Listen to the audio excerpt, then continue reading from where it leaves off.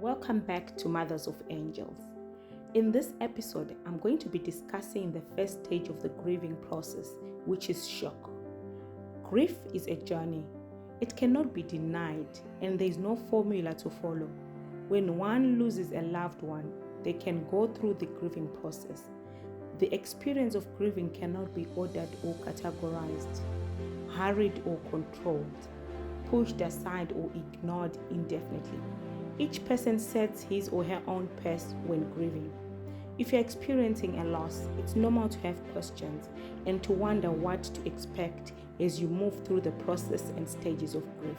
You may wonder why you have certain emotions, or if it is normal to have the thoughts and feelings you're experiencing. You may ask yourself questions like, am I supposed to be feeling this way? Why are others not affected as much as me? Or what am I supposed to be feeling at this point? It can become easy to compare the way you handle feelings of loss with what you perceive as another way of grieving. It's important to understand that the emotions around loss are a personal journey and that everyone grieves differently.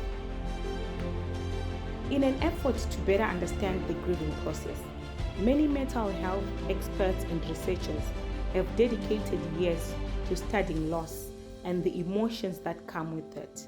One of these experts was Elizabeth Kubler-Ross, a Swiss-American psychiatrist. She created the Kubler-Ross model, the theory of the 5 stages of grief and loss.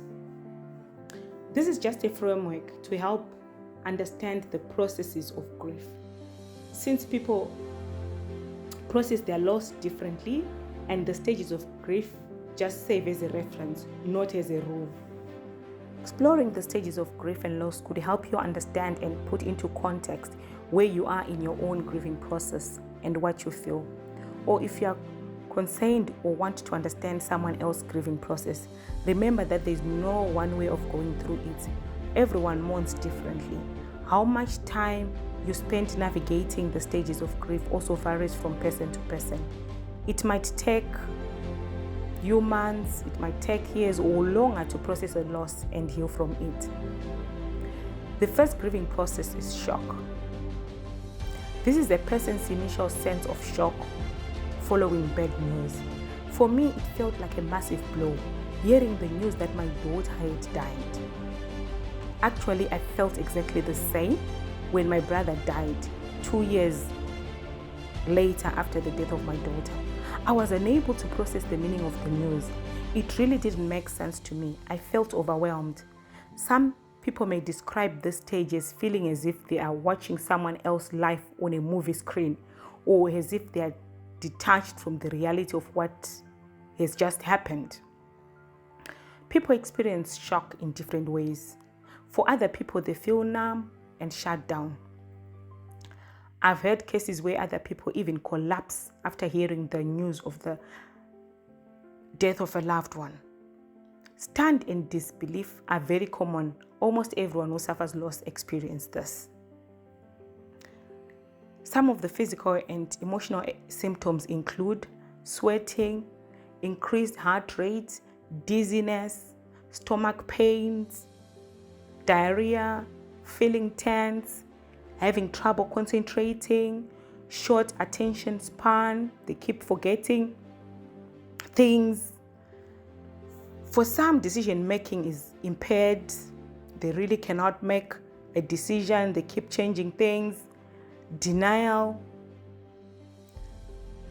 I'll discuss more on this one in the next episode.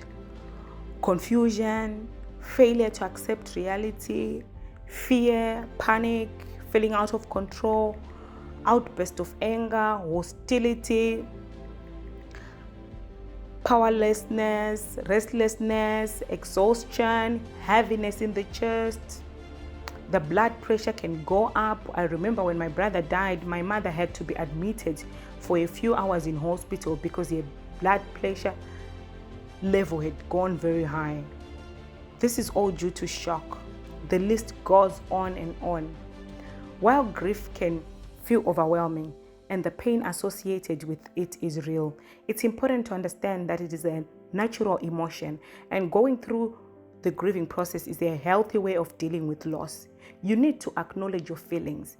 In these circumstances, it is understandable to feel worried, vulnerable, and overwhelmed. Recognize how you feel and let yourself experience your emotions.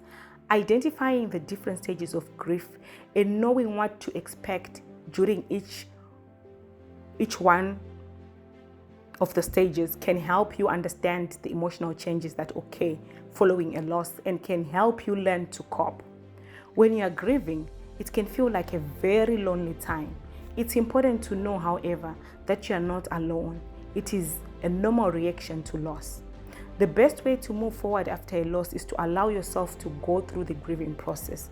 Remember that you should not compare the way you grieve with how someone else is dealing with grief.